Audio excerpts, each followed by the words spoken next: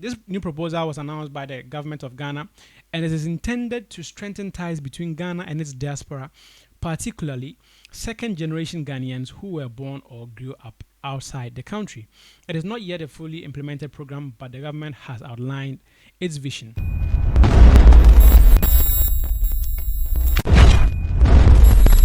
We are back once again. This is the Jollof and Wi-Fi studios. My name is Flo. If this is your first time watching our channel, please consider subscribing for us.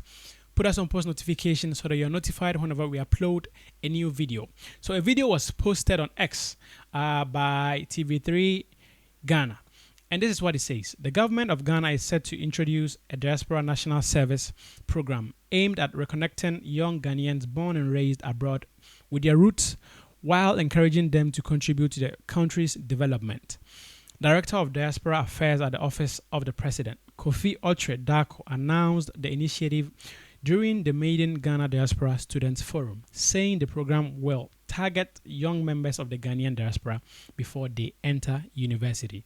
And it's actually not meant for people like you, but people who grew up abroad and are getting ready, to go into university. It's not really sort of the age brackets, but somehow come back home to Ghana and be re-immersed in or reintegrated into the Ghanaian society or the Ghanaian system for maybe 2 months and then they go back. I think it will be a very good way of also getting them intentional with our country. You can contribute to Ghana without permanently relocating. So, a lot of people have concerns, and I think it is normal for the Ghanaian nationals and the Ghanaian citizens in Ghana to have these questions and to have these doubts. First of all, because we have Ghanaian nationals in Ghana doing their national service and they are not being paid for their hard work. People are being overworked. People are working their asses off, but they're not receiving the compensation that they deserve. We live in a country where you can work and you receive your salary 3 months after, 5 months after, 6 months after, and that means you have to always borrow money from people. So it is normal for these people to have questions and for them to have doubts. Okay, because now you're looking at bringing people from outside, people from the diaspora, people that are living in Spain, in Switzerland, in Belgium, in what's it called, Netherlands, in Italy, in like all parts of the Western world. And these are people that have been presented with better opportunities. You can't tell me someone in the Netherlands or someone in the UK, someone in the United States would choose to, work or do their national service in Ghana or do a national service in Ghana when they could have a better opportunity in the US. No one would choose that option. So that means you might have to offer them something more. Does that mean that you're going to be paying them a higher wage? Does that mean that they are going to get more benefits? What will entice, what will convince someone to leave the US, to leave Switzerland, to leave Italy, to leave Belgium, to come to Ghana?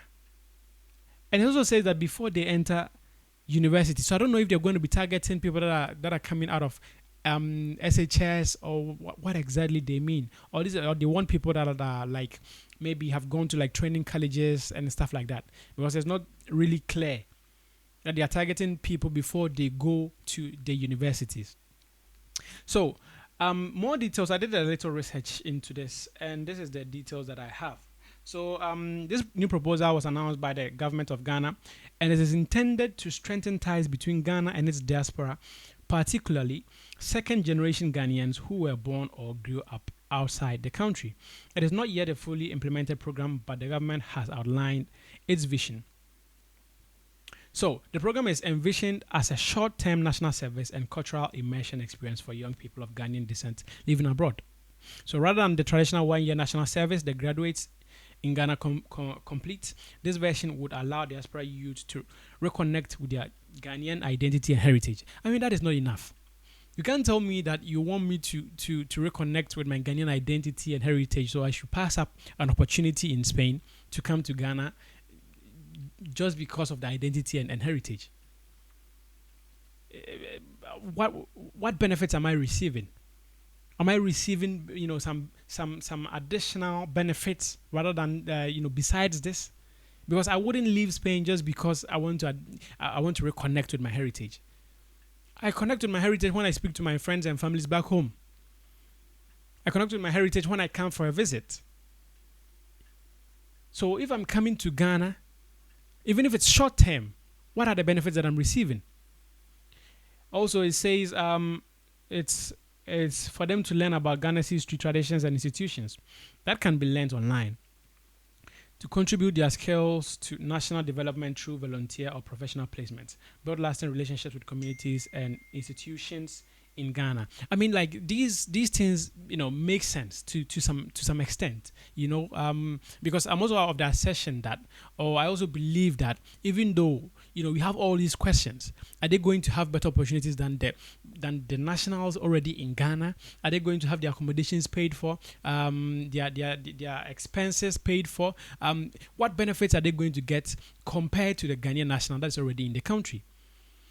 So if you have the amount of money to bring people from outside or to cater for the accommodation, why don't you invest it into the people that are already in the country working?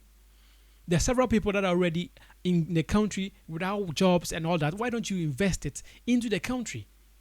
These are the thoughts of some people, And also, I'm of the assertion that this is also to introduce these second generation Ghanaians in the diaspora, about the difficulties and the challenges that we have in Ghana, so that they can also start something in Ghana. That's what I personally think, that they want to introduce them into, our communities, into our working classes. They come, they observe, they see, they live it, they experience it. And then when they have plans, so someone comes from the UK and then they see how much time, people spend to get to work. So there's a transportation issue. Someone takes it takes about 3-4 hours for someone to go through traffic, to go through buses, trotros, Ubers before they get to work. So someone identifies this problem. Through this initiative, someone identifies this problem. Second, they go back home. They think about it. They look at the system that they have there. They try to have a system that they can also implement to help, the Ghanaian community, or to help the Ghanaian nation. I think this is the plan that they have. So someone comes. So I have a friend in Europe who studied here, did a double degree, and then she went to Ghana to the Foreign Affairs Ministry to do her internship. She voluntarily chose to go. So with the fact that they are saying that they want to target people that are, before they go into university, I don't know if they're going to be targeting younger people, which is like maybe 17, because usually here in Spain, even by the age of 16, 17, let's say, some people are already in the uni, but mostly it's like 18-year-olds that are starting uni. So are they going to be targeting like 18-year-olds, 16 or 17, 18, 19-year-olds, or what are the parameters they are using in selecting these people? Because someone who is 17, 18, they might say yes, but usually they are not. I would say they are not mature enough to make some of these decisions, because you are living where you've been comfortable for several years to go to Ghana, where sometimes, it's not even sometimes, most of the time, the system does not work. Transport does not work. Water is an issue. Now even the food we eat, like street food, is an issue. Health-wise, you go to the hospitals, the lines you have to take, the amount of money you have to pay, these things are all issues. You get it? So when you have someone that is not mature enough, my friend is mature enough to make her own decision. So it was a good decision for her to go. I wouldn't say that her experience was all good or all bad, but she learned something. She identified some problems, and I'm sure if she has the opportunity to offer some solutions, she would have an idea on how to do it. So I think it is not a bad idea, nor is it like an extremely good idea, if we have a way to balance it out, to favor both the ones in the country and the ones that you are trying to bring in, for them to also implement their ideas and their knowledge. It will work out perfectly. But at the moment, we don't have a lot of information because this initiative has not been started. It's just something that they've mentioned that it is in their plans. So once it starts, we would want to get more details and know, the full details of what it entails. And then once we have that information, we will know how to go about it. But yes, my name is Flo. Let me know what you think about this specific thing that we've spoken about. Do you think it's a good idea? Do you think, Ghana would benefit from having our brothers and sisters in the diaspora coming back home to partake in the national services? Do you think, it's an injustice to those of us that are in the country already working, or those of us in the country that can't find jobs, and for them to, invest their money into bringing the second generation Ghanaians in the diaspora back to Ghana? Let me know your thoughts. Let me know what you think in the comment section. My name is Flo. As I said, please consider subscribing to this channel. If this is your first time watching our videos, like the video, share with your friends. Also follow us on X, TikTok, Instagram, Facebook, and all other social media platforms. I'll see you guys in the next video. Ciao.